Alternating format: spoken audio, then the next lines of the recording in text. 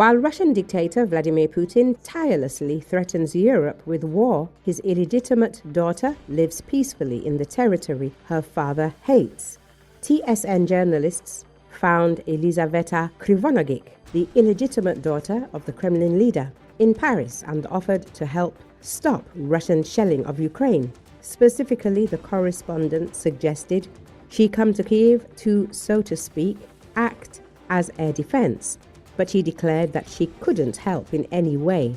Media outlets previously reported that Putin's illegitimate daughter lives in Paris and collaborates with local galleries.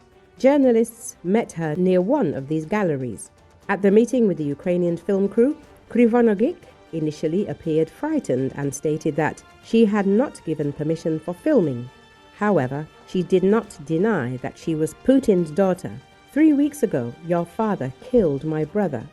How do you even live in Europe, in such hateful, cursed Europe? The journalist asked Putin's daughter during their meeting. In response, she tried to remain silent, hiding her face. However, a short dialogue ensued. In particular, the correspondent asked her how she felt about her father's politics, to which she responded with one phrase, "What does it have to do with me?"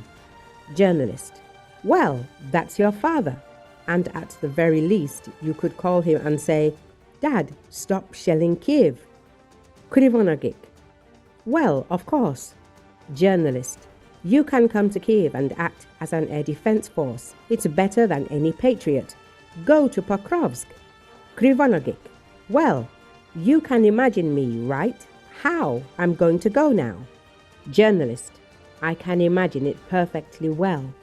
Krivonogik: "Unfortunately, I can't help in any way. I'm very sorry." At this point, the dialogue ended.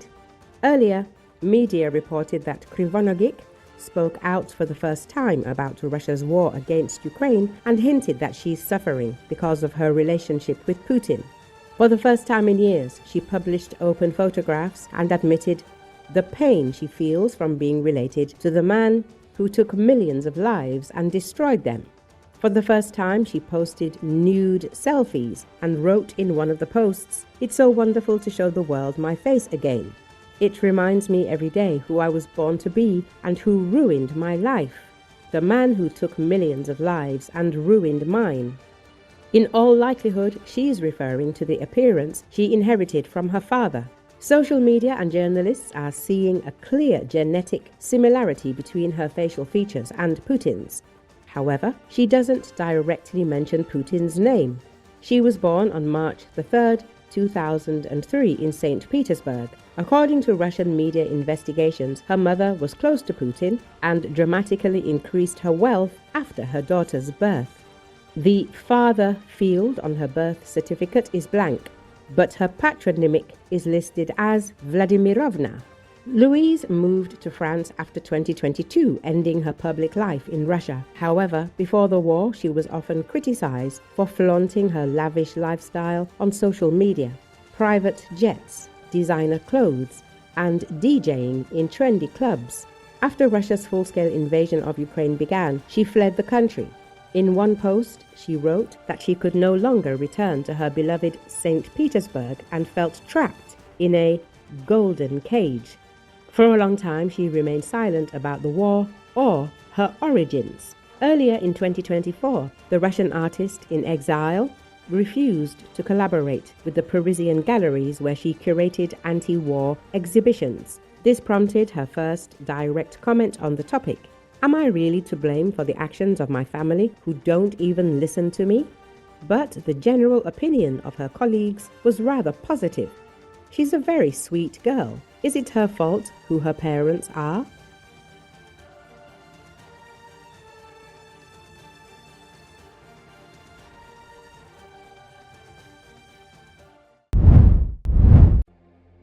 French President Emmanuel Macron has met with China's chairman of the National People's Congress Zhao Leji and Chinese Premier Li Qiang on Thursday. According to Associated Press, this meeting came on the heels of the main meetings with Macron and China's President Xi Jinping in Beijing. It's all part of a 3-day state visit focusing on trade and diplomacy. China and France pledged deeper cooperation on global issues like the war in Ukraine and trade. French President Emmanuel Macron met with China's President Xi Jinping in Beijing Thursday morning as part of his three-day state visit. They witnessed the signing of 12 cooperation documents between China and France, covering areas of higher education, investment, nuclear energy, dairy industry, culture, and a new round of giant panda conservation. She told the media after the signing ceremony that China and France agree to promote a balanced development of bilateral economic and trade relations. France and the European Union have described China as simultaneously a partner, a competitor, and a systemic rival. Recent years have been marked by trade disputes across a range of industries after the EU undertook a probe into Chinese electric vehicle subsidies and China responded with investigations into imports of European brandy, pork and dairy products.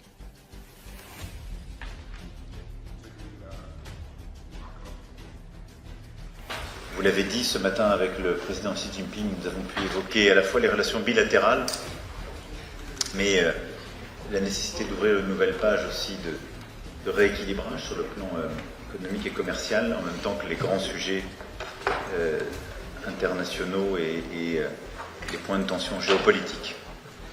Comme toujours, nous avons une discussion franche, extrêmement riche, et nous avons pu définir à la fois la méthode pour converger, partager nos vues pour les mois et les années qui viennent.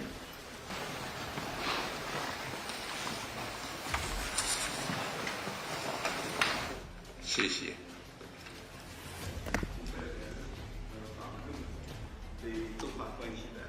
En effet, quelques jours après notre dernier échange à Johannesburg en marge, très clairement nous avons un rôle à jouer pour un rééquilibrage, et cette nouvelle voie du rééquilibrage dans la relation bilatérale et au niveau international. Nous avons un rôle commun à jouer sur les grandes questions géopolitiques et nous avons un rôle commun à jouer sur les grandes questions de soutenabilité, de développement et de climat. Et donc sur chacun de ces points, je souhaite que nous puissions affiner, approfondir la coopération entre la Chine et la France. Merci beaucoup, Monsieur le Premier ministre.